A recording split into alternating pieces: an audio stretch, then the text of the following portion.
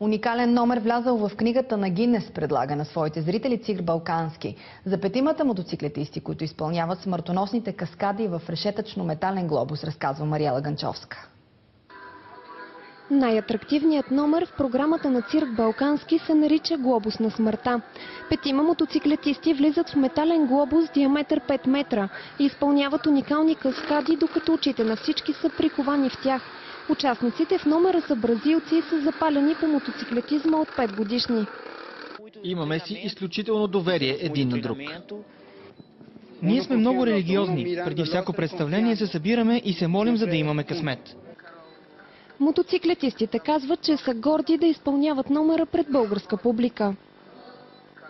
България е красива страна. Много ни харесва тук. Въпреки че моторите са специално пригодени за номера, рискът е огромен. Един ако падне, бута всички останали. Когато са петима вътре, ако изгасне мотоциклета на един, той няма начин как да спре. Той мреже пътя на всички останали. Удря единия и се получава верижна реакция. Само след броени минути тези момчета ще се изправят лице в лице срещу смъртта.